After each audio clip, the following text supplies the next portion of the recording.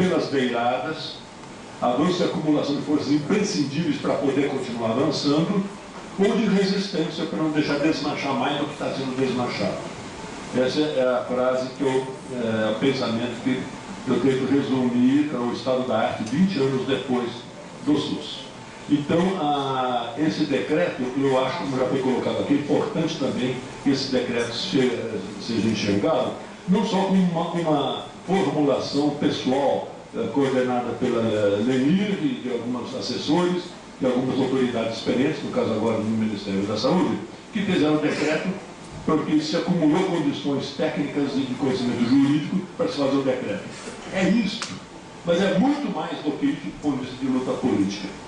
Esse decreto, ele marca um momento de um salto de qualidade precedido por um certo número de anos e de esforços dos conselhos de saúde, do CONAS, dos COSENES, do CONASENES, dos gestores do Ministério da Saúde mais comprometidos com a saúde, e esses esforços vão se acumulando no dia a dia, é o que nós chamamos em política pública também de avanços incrementais, o incrementalismo, é o devagar e sempre, na medida das brechas do possível, é uma coisa meio invisível a cada dia, mas esse esforço de centenas de milhares de pessoas é um esforço incremental que vai incrementando o SUS, avançando, mesmo que seja invisível em prazos curtos, ou resistindo ao desmanche do SUS. Mas esse incrementalismo, isso, a sociedade, o comportamento da sociedade, das forças políticas e a gestão pública são entes que não são entes matemáticos, que com o trabalho de engenharia vão se aproximando numa previsão quantitativa de pouquinho em pouquinho, medida e previsível a cada dia. A dinâmica da sociedade e das forças políticas, dos embates políticos, da tensão da sociedade, coloca que no meio desse incrementalismo, a cada certo espaço de tempo, a cada 2 anos, 3 anos, 10 anos, isso depende do jogo de força, há um salto de qualidade. Há um salto, acúmulo de forças, como se estivesse represando, de repente, há um salto de qualidade. O SUS produziu alguns saltos de qualidades. Para a pretensão do que foi na Constituição, saltinhos muito pequenos. Para a pretensão da vitória da sociedade na Constituição, saltinhos pequenos, mas fundamentais para nós. Quando surgiu a 991, a 992, depois a 993, com o Joelito sendo um dos puxadores da discussão, estava se sistematizando e organizando o processo da descentralização e da participação da sociedade. Então, a 993, a 993 foram pequenos saltos, 993 foi um saltinho a mais, e em 2006, a 996 foi outro salto. A própria LUAS, que tem só a questão assistencial, no de 2000 já foi um outro salto. Então, depois se acumulou muitas pressões, muitas tensões. Em 2006 tivemos um salto do Pacto pela Vida e Defesa do SUS e de Gestão. E esse decreto ele vem nessa linha desses pequenos saltos, pretendendo ou aproveitando espaços oportunos para dar um salto além daquele incrementalismo diário. Se essa estratégia incrementalista desses 20 anos, com esses saltos tidos como pequenos, é o melhor caminho ou não, se é o caminho possível ou não, isso análise futura tem que olhar para trás e analisar. E outros processos de mudanças sociais para melhor, mudanças democráticas, de acordo com as necessidades e os direitos da população, um Estado que assume mais políticas públicas, um Estado mais, eu diria, assumido pelo conjunto da sociedade, não só por uma minoria ínfima da sociedade. Em outras histórias, os historiadores e os estudiosos na área de ciências sociais e ciências políticas, eles colocam uma dúvida se a estratégia do incrementalismo é a mais adequada ou não. Os sistemas de saúde da Inglaterra, da Suécia, do Canadá, para ficar só na área da saúde exemplificando, é que nós sabemos de Portugal, Espanha e vários outros, que são sistemas públicos que deram certo, avançaram muito, foram por saltos muito mais visíveis e de muito mais impacto na sociedade. Os períodos que se acumularam no incrementalismo, eles acumularam condições sociais e políticas para saltos bem mais expressivos para chegar aonde chegaram. Não sabemos se nós vamos ter essa condição ou se vamos continuar o incrementalismo até onde Não sabemos. Então, essa é uma primeira visão que eu acho que o decreto, por mais oportuno e competente, sabemos que ele fez, que esse decreto, nada mais, nada menos, esse decreto ele não solta, tem concepções e estratégias, seríssimo. E pela primeira vez, esse decreto, ele pega, analisa, como já tinha sido avançado no Pacto de 2006, ele analisa a regionalização, mas ele analisa também a pensão básica. Ele analisa o caráter estruturante da pensão básica, que tem que passar a ser orientador, ordenador das linhas de cuidados essas que só vão se fechar ao nível regional ou interregional, como colocou muito bem aqui o nosso membro do Ministério Público, o Marco Antônio. Então, a pensão básica resolutiva, capaz de orientar e ordenar linhas de cuidado, isso se transformou, na prática dos últimos anos, se transformou num bloco indivisível. Isso não acontece sem regionalização. Como a regionalização não acontece sem uma pensão básica que cresce para ser resolutiva e para ser universal. Uma pensão básica que sai da linha da pobreza e se dirige para a universalidade. Então, o crescimento de cobertura rumo à universalidade.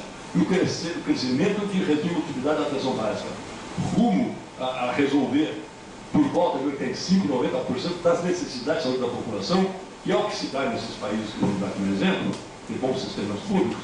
Então, essa indivisibilidade, esse bloco de concepção de prática de saúde, que é o bloco estratégico de construir o sistema, não dá mais para brincar de um lado da pensão básica, enquanto não der para fazer regeneração, não faz regeneração, fica só brincando de pensão básica, ou deixa a pensão básica, vamos brincar sobre a regeneração. Não dá para separar. É simultaneamente. E os estrategistas de cada região, entre dirigentes, lideranças da população, dos conselhos de saúde, vão ter que sentar e formular essa construção na realidade de cada região, que vai diferenciar também de região para região. Então, esse decreto, uma das características básicas dele, é que ele reconhece essa indivisibilidade. Ele concentra muito na questão da atenção básica e na generalização. Mas também como os outros solos, como as nobres, como o pacto, e a maior parte das portarias da tripartite, das bipartites, esses saltos de qualidade dentro do incrementalismo, ou no decorrer do incrementalismo nos 20 anos, esses saltos de qualidade, eles têm sempre se mostrado reféns e dependentes da chamada relação das forças na sociedade. Que relação de forças na sociedade imprime ao Estado a vontade política e o poder do Estado para fazer a pensão básica sair da onde ela foi colocada. E aonde ela foi colocada? A pensão básica é focalizada. Ela foi programada para ser focalizada na média nacional. Tem lugares que são exceções para mais ou para menos. Mas na média nacional, a pensão básica está programada para acontecer abaixo da linha de pobreza, abaixo de 30% a 40% da população. E só está programada para ter uma resolutividade insignificante para dar conta das necessidades da população e para dar conta de ser porta de entrada. Aonde a pensão básica é a porta de entrada preferencial desse país. Então, essa é uma programação, isso não é por acaso, não é porque o incrementalismo devagar não deu certo. Está programado para ser assim. Então, essa relação de força na sociedade, ela vai tomando pedaços da Constituição, artigos e parágrafos, e não são por acaso certos artigos, certos parágrafos, toma também pedaços da Lei Orgânica de Saúde, tanto da 8080 quanto da 1942, pega certos artigos, certos parágrafos, não por acaso tem que ser aqueles artigos e parágrafos, e não implementou nesses 20 anos. E vai fazer, começou já a fazer o mesmo com o Pacto de Gestão, apesar de toda a pactuação e toda a discussão do Conselho de Saúde do Pacto de Gestão, nacos fundamentais do pacto, também a correlação de força na sociedade já deixou para a marginalização. E se a gente não tiver atento, aí vem essa questão, temos que ser militantes e não só insistentes tecnicamente, e como gestores e como controle social. Temos que ser militantes para entender que processo é esse de relação de forças, que vai tirando pedaços fundamentais de todas as conquistas legais, e aí o decreto vai ser um a mais. Pedaços do decreto vão entrar no incrementalismo, vão ser implementados, e outros pedaços, e não vão ser por acaso, vão ser aqueles outros pedaços, vão ficar no papel, como está no papel até hoje, pedaços enormes da Constituição, da Lei Orgânica e todos os outros demais documentos. Então, essa discussão que é instituir, ficar instituído quando é instituído o papel, é porque houve uma maioria de pressão da sociedade para o parlamento votar e ficar instituído o papel, por exemplo, com a Constituição, com a Lei Orgânica de Saúde e com os outros demais documentos e portarias do SUS, e agora com o decreto. Mas o que ficou instituído que corresponde a uma relação de forças naquele momento que foi instituído, deu maioria para esse legislativo. Mas que essa relação de forças é dinâmica, ela continua no dinamismo dela. E esse dinamismo dela, um mês depois, um ano depois, vai mostrar que aquilo que foi instituído não sai do papel. Uma parte só que sai do papel. Então, o bloco de interesses da sociedade, que tinha instituído lá atrás o que foi cravado no papel, apesar de estar num patamar mais importante, não está no esquecimento, tem que tirar do papel e pôr, quer dizer, é preferível estar no papel e ficar 10, 20 anos sem sair do papel, do que nem sequer ter ido para o papel. Ficando no papel é um patamar de criação de exigências. Mas a relação de forças também não deu para tirar muita coisa do papel até hoje. Então, aquilo que está no papel e não vai para a prática, o SUS não implementa, passamos a ser instituintes. E estamos ainda instituindo aquilo que está instituído. É meio contraditório, mas somos instituintes, porque está instituído só no papel. Então, esta visão de que forças têm maior ou menor interesse, eu acho que é uma coisa que está hoje tendo que pesar em nós como reflexão para a gente não só aprender o processo, mas poder se comportar no dia a dia em cada lugar que nós estamos. Então, por exemplo, não é só tirar do papel ou ficar no papel. É que, independente do que foi instituído a favor do SUS e da população no papel, independente disso, o mesmo bloco de forças majoritárias na sociedade que está impedindo o SUS de acontecer, de crescer a atenção básica, de mudar o modelo de pensão, nós estamos na vigência, 20 anos depois, do modelo de pensão com base nas necessidades de direito da população, que é o modelo das necessidades, ou predomina ainda o modelo da oferta, dos interesses dos fabricantes, dos prestadores e dos profissionais corporativizados. Estamos em plena vigência ainda do modelo da oferta, é hegemônico, é predominante. E então, esse jogo de força é um jogo pesado, que é de relação sociedade-Estado. A equipe que hoje no Ministério da Saúde, na história do Ministério da Saúde nesses 20 anos, é a equipe mais homogênea do ponto de vista de experiência e compromisso do SUS. Não teve nenhuma equipe no Ministério tão homogeneamente comprometida e experimentada antes de pegar os seus cargos no primeiro e segundo escalão do Ministério da Saúde, a começar também da pessoa do ministro. No entanto, eles estão na mesma estreiteza, no mesmo espaço estreito que tiveram as demais equipes. Tanto que na prática a gente vai ver, se pegar todas as 12 ou 13 equipes que passaram no Ministério nesses 20 anos, na prática, para quem tem parâmetros de acompanhar o que é que está dando certo e não está dando certo no SUS, a diferença é muito pequena entre as piores equipes e as melhores equipes. Não porque é mais pior ou mais melhor, é porque o espaço, e todas elas estão um espaço muito estreito, deixado pela política de Estado. E aí tem 3 outros ministérios, são os ministérios de Estado: Fazenda, Casa Civil e Planejamento. Esses fazem a política de educação, fazem a política de transporte e a política de saúde. O resto é o resto do ponto de vista de relação de força entre Estado e governo. Então, além do que nós aprovamos nos nossos pequenos saltos de qualidade, nas normas, no pacto e agora no decreto, e até na própria lei que também institui e reconhece legalmente as comissões intergestores,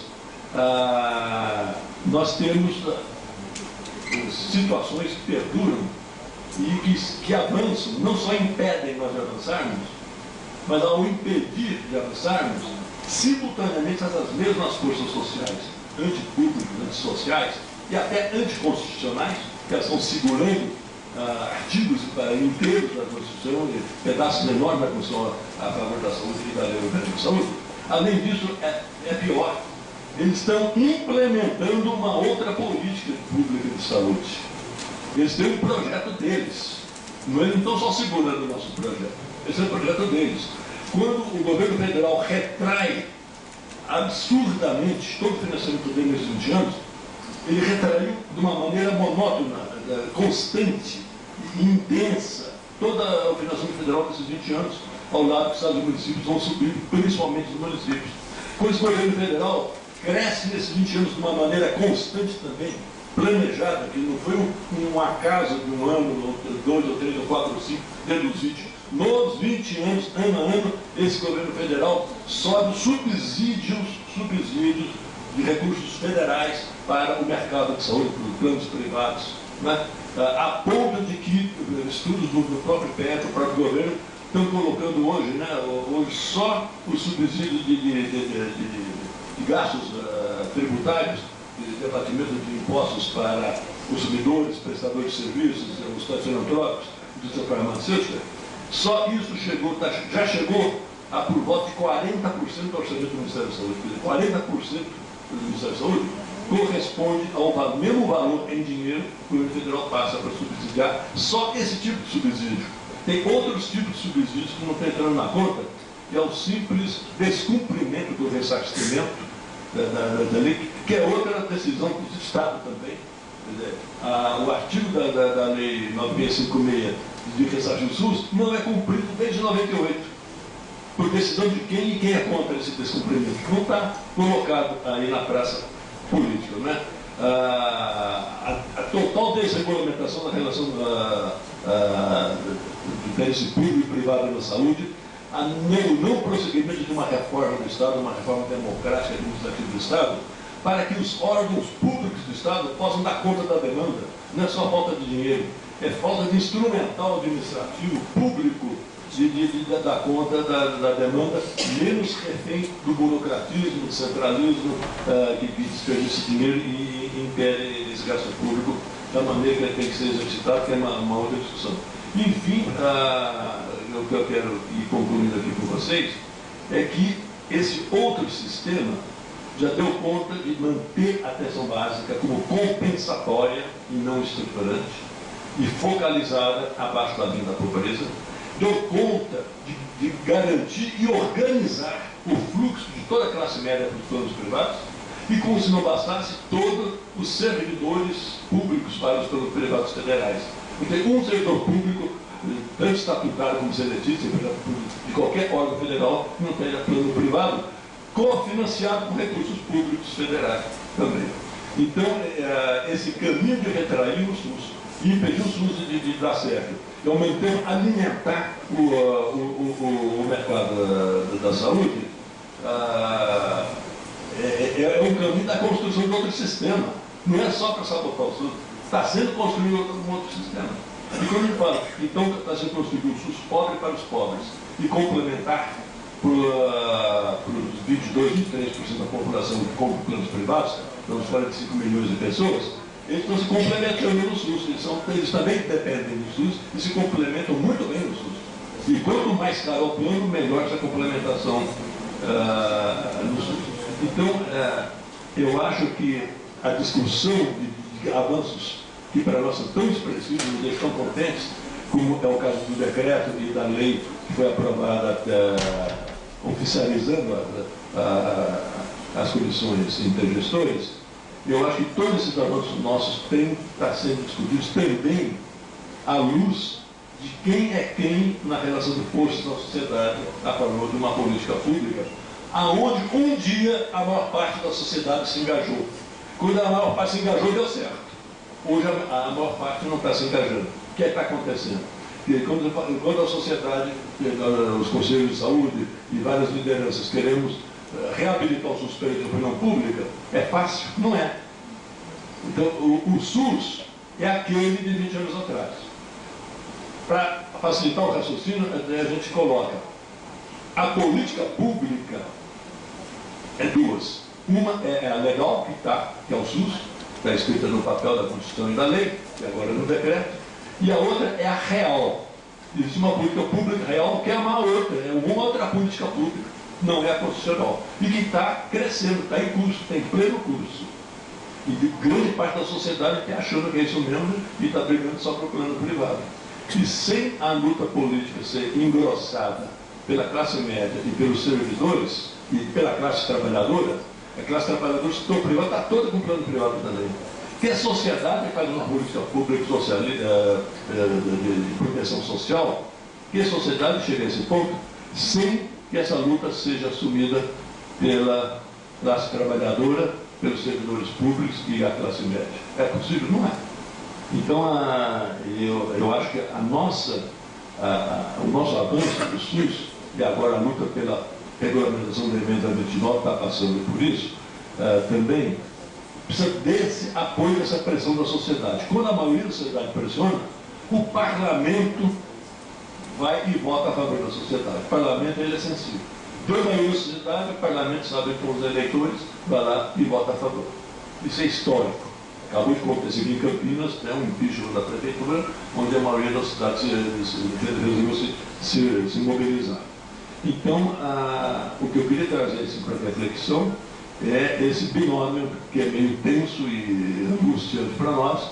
De um lado, os avanços possíveis, pequenos saltinhos de qualidade, não quero desmerecer o decreto, o saltinho de qualidade não é desmerecimento. É o tamanho dele realmente, é o tamanho do que vem sendo nesses 20 anos contra as políticas públicas de cidadania no nosso país. E quando o Marco Antônio fala que nós somos historiadores dos perdedores, eu acho que, eu só acrescentaria que somos além de historiadores, né? Nós somos também perdedores e somos militantes de tentar perder cada vez menos para um dia começar a ganhar e quem sabe são os filhos e netos que vão começar a ganhar. E também eu gostaria de fazer lembrar um ponto também que a gente fica meio refém de algumas ideias que nós não somos. Eu não acho que quem está lutando pela política pública de cidadania conquistada pela sociedade nos anos 80 precisa ser de esquerda. Eu acho que essa oposição capitalismo, socialismo, esquerdismo, direitismo, isso existe, é das práticas. Eu assumo a minha posição, nunca deixei de ser esquerda, nunca deixei de ter um horizonte socialista, mas a ideologização é perigosa neste momento. É perigosa porque nós vamos fazer uma clivagem entre o bem e o mal do tipo maniqueísta e não perceber que a clivagem real de quem está a favor ou contra uma política pública que a sociedade votou nos anos 80, ela votou por uma política pública de saúde, de educação, todo o título da ordem social na Constituição, ela votou por um Estado de proteção social que nasceu dentro do coração do capitalismo. A Europa todinha é capitalismo central. A Europa, a Inglaterra, a França, a Espanha não tem um projeto socialista por onde passa um sistema público que dá certo. Nem o Canadá, nem o Japão. Todos eles têm sistema público dando certo. A Austrália, a Nova Zelândia. Tem sistema público de proteção básica que dá conta de 80% a 90% das necessidades e cobre por volta de 90% da população. Isto é um avanço democrático das lutas sociais dentro do modo de produção capitalista. Então, eu acho que não é separar esquerda e direita, capitalismo e socialismo. Isso daí pode ser uma armadilha para dividir e dispersar as forças contra o SUS. Então, eu acho que nós temos hoje a nossa bandeira é a social-democracia europeia, que está dando certo para os direitos de cidadania das sociedades europeias. Então, agora, quando transforma essa bandeira de luta de uma maneira que entusiasma, que contagia, contamina, em nome dos direitos de cidadania brasileiros, isso temos que recriar. E também eu queria lembrar uma última coisa também, que são várias armadilhas que estão colocando para nós. Uma outra armadilha é que tudo que é Estado, por definição, é mau gerente. E tudo que é privado, por definição, é bom gerente. Todos esses sistemas públicos de educação, de saúde, de segurança pública e outros, no Canadá, em todos os países da Europa, no Japão, desmascara essa mentira. Né?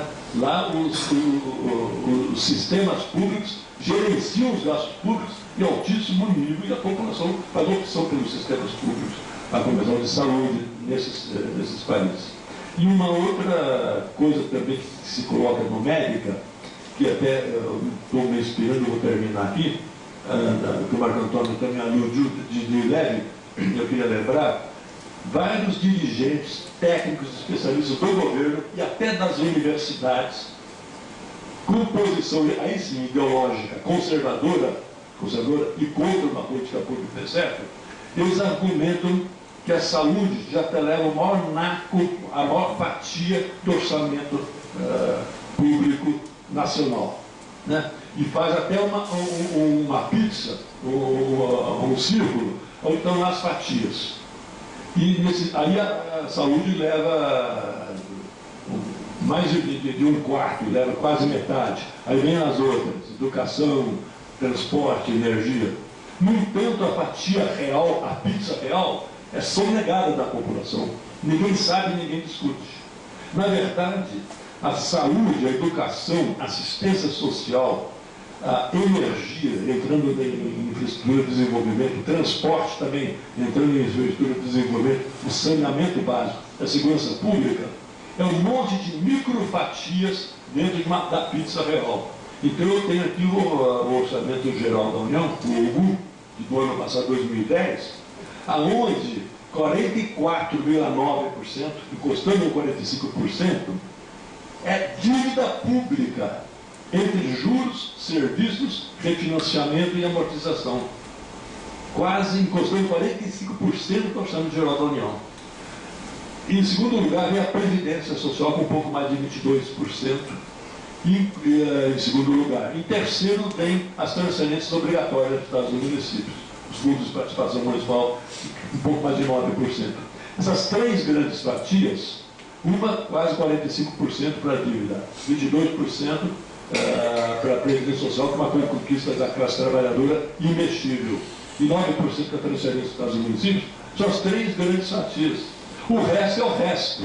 Saúde está com 3,4%, educação 2,8%, assistência social com a Bolsa Família 2,7%, transportes, com todo o escândalo que teve de desvios, 0,5%, energia, com toda a máfia do Sarney, do Maranhão, todo o contra o Ministério da Energia há anos, 0,8% do OGU, saneamento básico 0,04%, e segurança pública 0,04%. Então, na verdade, a grande pizza do Orçamento Geral da União coloca um monte de microfatias onde a saúde está. Só que dessa microfatia ela é maior. Então, transformam esse conjunto das microfatias na pizza e mostram que a saúde está afogando os outros. Então, isso daí não é só uma sacanagem intelectual e política, desumana e antipública, como, dolorosamente, um monte de lideranças de professores universitários a favor do SUS usam esse discurso, engolem essa. Quer dizer, é sonegada da discussão pública, da mídia, dos jornais, de qualquer fórum de discussão, e 45% está indo para a dívida pública, 22% para a Previdência e 9% para as transferências obrigatórias da discussão. Então, eu lembrei esse exemplo, estou bem fazer essa fala aqui, só para lembrar mais uma vez que, paralelamente aos avanços possíveis, esses avanços possíveis não estão mudando a estrutura e não estão mudando o rumo da construção do sistema público no nosso país. O rumo maior, o sistema público que realmente está sendo construído, é o SUS pobre para os pobres, complementar para o mercado, né?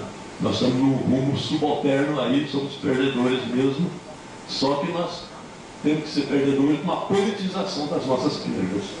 Nós somos perdedores com um rumo histórico que Suécia chegou lá, Canadá chegou lá, Espanha chegou muito bem lá, Portugal chegou lá, Japão, Austrália chegaram lá, por que não nós? Né?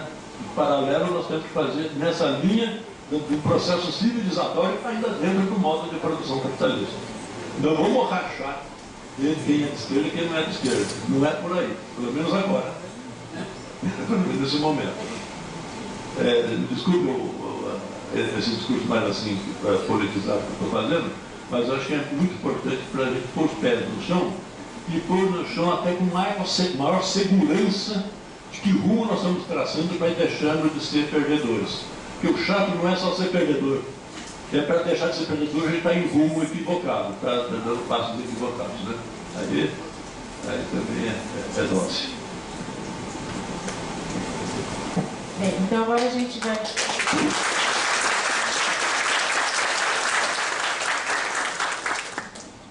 Continuando, então nós vamos abrir agora para vocês, para a gente, quem quiser fazer alguma pergunta, alguma coisa.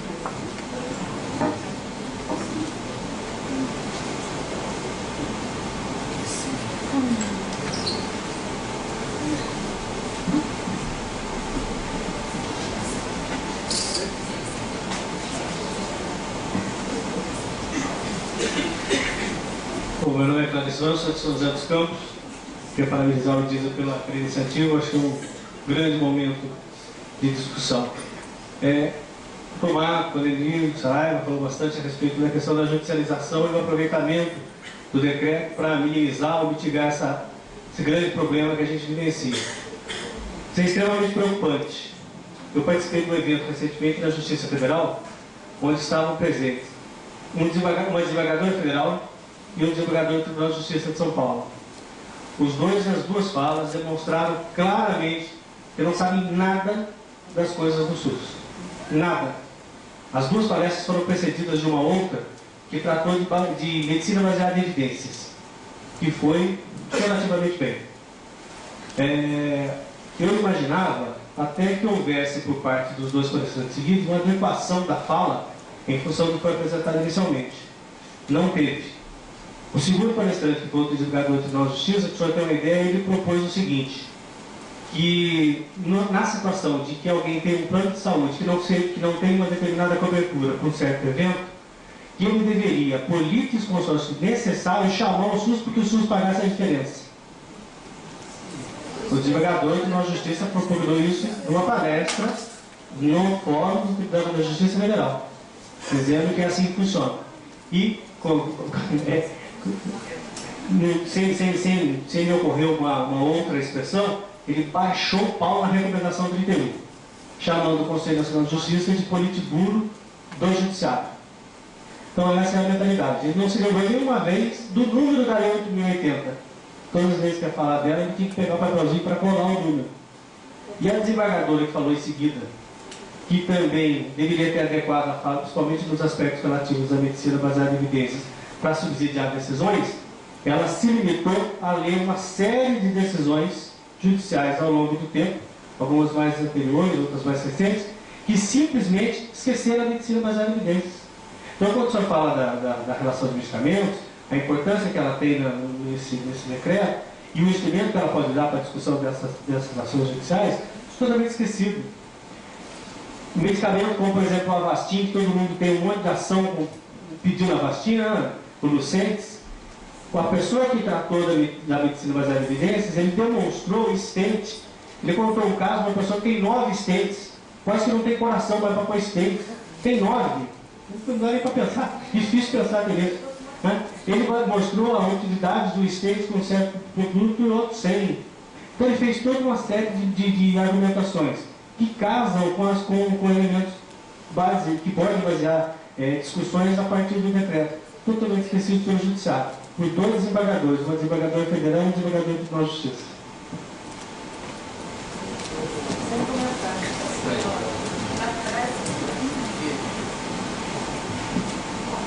Nessa linha que o colega está colocando, né, tem que identificar, meu nome é Ortiz, né, sou de São José do Rio Preto, sou aluno aqui do IBISA. Então, nessa linha que ele está colocando da judicialização, o Dr. Marco Antônio colocou que a saúde, para ser efetivada pelo Estado, precisa dos 3 poderes atuarem, né? Não há, nesse sentido que ele está falando, uma omissão da parte do Poder Judiciário de criar condições, estabelecer critérios jurisprudenciais efetivos para vincular as decisões, principalmente dos juízes monocráticos de primeiro grau, que normalmente decidem por liminar, por antecipação de tutela, inaudita altera parte, né, impondo goela abaixo ao gestor decretos aí, às vezes até absurdos, por total desconhecimento de saúde, e também não se espera que tenha, mas é preciso criar condições para que ele tenha subsídios para decidir de forma satisfatória as pleitos que são colocados para ele. Então não existe também essa omissão, e a parte de que ela realmente existe, né? Já antecipando a resposta, talvez, não sei,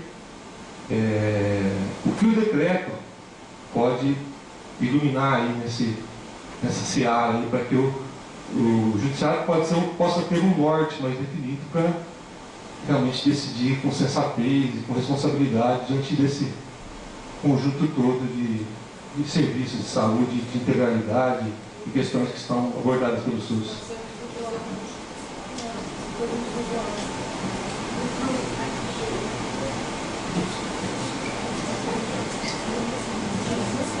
Oi, Nelson. Apesar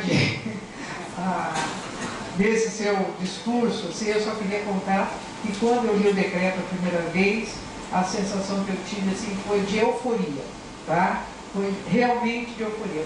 Eu estou experimentando o município agora, eu lembro você, começo dos anos 80, que você era gestor municipal, você chamava a gente, que era toda uma meninadinha, para falar da municipalização. Eu só cheguei na gestão municipal agora.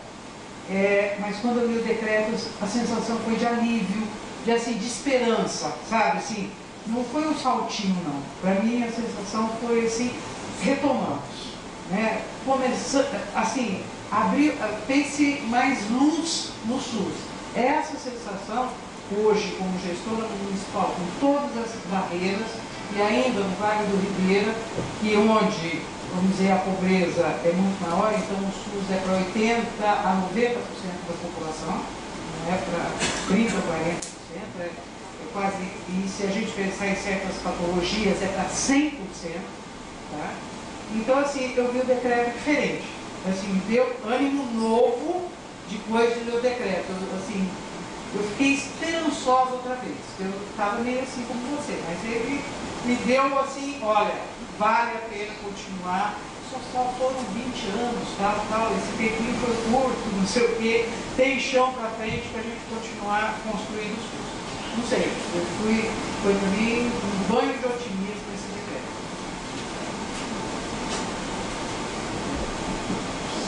Meu nome é Luísa, sou aluna do IDISA, né, sou de Itapevi, Grande São Paulo. Eu acho que assim, esse decreto traz à luz uma coisa muito importante para a gente, né? Ele traz à luz que a política de saúde ela tem que ser construída de forma ascendente e não descendente, como é feito hoje, né? Isso eu acho muito importante. E traz uma outra coisa que é importantíssimo, é que as coisas, apesar de acontecerem no município, na saúde não acontece no município, acontece na região, né? Então faz a gente pensar, né, realmente em termos de regionalização, faz a gente pensar em termos de integralidade, mas nos faz ter muito medo, porque se o governo federal e o governo estadual não criarem uma nova forma de pensar políticas de saúde, nós continuaremos patinando, porque nós não teremos políticas ascendentes, continuaremos tendo políticas descendentes, sendo financiados programas fracionados, programas fragmentados, que muitas vezes não condizem com a realidade da região para onde eles vão, né? Então é necessário realmente que se faça uma nova leitura das políticas de saúde a serem formuladas a nível de governo federal e governo estadual, para que nós tenhamos realmente, né, uma política ascendente e uma política regionalizada e integral, porque senão nós não teremos, será mais um decreto bonito e não vai sair da prateleira.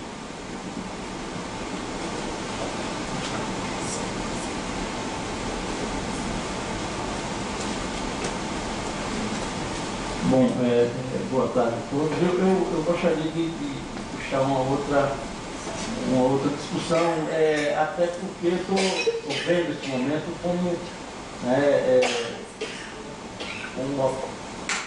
uma análise do que o pacto preconiza lá, da questão da defesa do SUS. é o estado da arte, desse sistema que esse decreto trouxe à tona, né, de repolitizar essa discussão, de reorganizar essa discussão, e aí é necessário a gente também ver os avanços e aprender com eles, e ver os diabinhos que foram embutidos aí nesse sistema, que até hoje ele dá dor de cabeça para a gente. Tem algumas coisas que por ignorância, eu não sou jurista, por ignorância eu não sei, tenho dúvida, e aí eu gostaria de fazer aqui dois questionamentos para ver se clareia um pouco mais. Primeiro é de que eu acho esse decreto, eu também tive essa sensação de alegria, finalmente apareceu, mas ele ainda está faltando, está incompleto ainda. Tá? E aí eu vou tentar justificar por que foi esse raciocínio. E também veio numa época que ele devia ter vindo há muito tempo. Também vou tentar justificar isso. Nós tivemos acertos, né, que foram de longe, a gente nem imaginava 20 anos atrás como era que a gente alcançar as normas operacionais, a luta, né, puxado pela orelha ali, com muita batalha, eu acho que foram fundamentais. Agora tem coisas que foram sendo esquecidas, e essas coisas que foram sendo esquecidas, elas hoje são entraves para a gente, inclusive agora no decreto, que é bom para organizar o sistema, mas eu ainda tenho algumas dúvidas, porque dentro dele tem a questão de DNA, tem algumas atividades que a gente sabe que é maior do que o sistema, porque vem do sistema econômico, tá? Tem algumas outras coisas que... Então, falha nossa, a gente vê isso agora, eu não sei se foi crise de colocar numa elite, mas a gente se distanciou, descolou um pouco a política de saúde de outras políticas sociais, e a gente está vendo hoje que o que a gente faz é resultado da ausência dessas outras políticas. E cai sobre a saúde a ausência ou a incompetência dessas outras políticas. E a gente conseguiu se distanciar ao longo do tempo e ainda vem distanciado. Não vem agregando para isso. E isso é perigoso, porque fica para você resolver o problema, que muitas vezes podia ter sido resolvido de outro, e a gente não consegue trabalhar junto. Essa análise um pouco mais concreta, se tentou uma vez com a questão da seguridade social, da gente começar a puxar junto, ter orçamento, e não conseguiu, porque a saúde ela avançou, ousou muito, teve ousadia, e aí os outros ficaram meio que a reboque e a gente foi se isolando. Isso aí é uma lógica. Tá? Bom, mas a dúvida, essa é uma constatação que até hoje ela permite. Mas a dúvida é a seguinte, até onde eu sei, a lei, uma lei é considerada incompleta quando ela diz o que é que tem que ser feito, mas não diz qual é a punição de quando não é feito. Tá? A lei 8080, ela colocava isso. Mas, em 90, quando foi publicada, fez aniversário agora, 4 dias atrás, no dia 19 de setembro, quando ela foi publicada, foi vetada uma série de artigos que deu corpo a uma outra lei. Portanto, a Lei 8.142 ela foi tirada de dentro da Lei 8.080, que completava a Lei 8.080, tá? Para ficar uma lei paralela, tá? Mas que a essência é a mesma. A essência é a mesma. Se regulamentou a Lei 8.080. A 8.142, para o que está se propondo aqui, é necessário um detalhamento, é fundamental, um detalhamento, tá certo? Nas condicionalidades que a Lei 8.142 tem, para deixar claro que instrumentos a gente vai usar no pacto, né, nas negociações que tem, para consolidar tanto a 8080 quanto a 8142 como complemento da 8080. Tá certo? Eu acho que essa é uma dúvida que eu tenho, de que não foram em momentos separados. Uma foi por pressão, foi retirada, e por pressão foi colocada de novo, foi publicada de novo. Se tivesse a Lei 8080 tivesse sido republicada por incorreção, colocando que tem 8.142, contemplava do mesmo jeito. E aí, agora, essa regulamentação, essa é a primeira coisa. Segunda coisa, é de que você, quando regulamentou isso, foi num momento, dos 2 anos seguintes, de extinção do INAMPS. Na extinção do INAMPS, Esse arcabouço incorporou a lógica que o INAMPS tinha naquela época e que vem até hoje. E que vem até um dos tumores. Os caras conseguiram, a lógica de mercado conseguiu tirar o DNA e injetar, fazer inseminação no SUS, e até hoje a gente não conseguiu corrigir.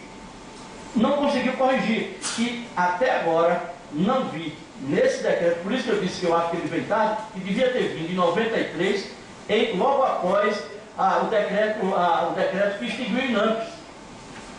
Aquele que era o momento de corrigir determinadas coisas, como agora o contrato está se propondo a corrigir algumas coisas, como esquecer um pouco a tabela, como acabar a PPI meramente com divisão de dinheiro federal, como comprometimento. Tem algumas coisas que você vai mexer nessa lógica que era do INAMPS, do início dos anos 90. Tá? Dos anos 90. Bom, é com isso que ao mexer, a gente precisa de alguns instrumentos que dê qualidade, que seja estruturante, para que o decreto ele seja efetivado. E aí o INAMPS toca numa situação interessante. Foi avaliado a atenção básica como ordenador, se hoje o que está sendo praticado, ela tem qualidade de ser ordenadora de todo esse sistema? Esse é o primeiro questionamento. E eu venho de uma região que está tendo problema com o Ministério Público Federal lá, ter saúde da família, que dá, os profissionais dão um dia na semana. Tá? É uma prostituição profissional violenta. Está de R$50, um tanque de gasolina, o cara deixa o que está fazendo lá e vai para outro município. A ponto do Ministério Público Federal está intervindo agora, está tentando. Que atenção básica é essa? A segunda coisa é de que o decreto fala na questão de redes. Se não tiver rede, ele também não tem consequência. Quem fez análise de custo para implantar rede? A gente faz análise de gasto. E se a implantação for tendo como base a análise de gasto, a gente vai passar a história que continua na mesma lógica do INAMPS. Não é outra. Não é outra. Ou a gente incorpora algumas coisas novas, e aí na 8.142 tem que ser detalhado da questão do financiamento, essa questão de custos, para ter lógica de você regionalizar custos, ou a gente vai estar praticando gasto e gasto, a base de gastos a de série histórica. E a outra coisa acatar, né, e consolidar essa questão do contrato, não está muito claro para mim qual é a Câmara de Arbitragem. Conflitos políticos, conflitos corporativos vão ter. Onde vai se inserir, que local vai se inserir uma Câmara de Arbitragem, né, exatamente para quando tiver possíveis problemas, possíveis dificuldades que esse sistema vem enfrentar aqui para frente. Então eu acho que ele está incompleto, pode ser completado por 8.142, tá certo? Pode ser normatizado, ao ser normatizado, trazer essa discussão de todas as condicionalidades da 8.142 e incorporar algumas políticas, algumas estratégias novas para começar a exorcizar ainda a lógica que a gente tinha do INAMPS ao longo do tempo. A maioria do tempo, apesar de falar muito, pela prolixidade, mas é dúvida mesmo que a gente tem nessa discussão que está tendo lá com alguns jurídicos, no setor jurídico, no prefeito, que começam a questionar determinadas coisas e a gente ainda não tem resposta. Do ponto de vista técnico, é isso que eu acho que dá para avançar um pouco mais, né, como garantia.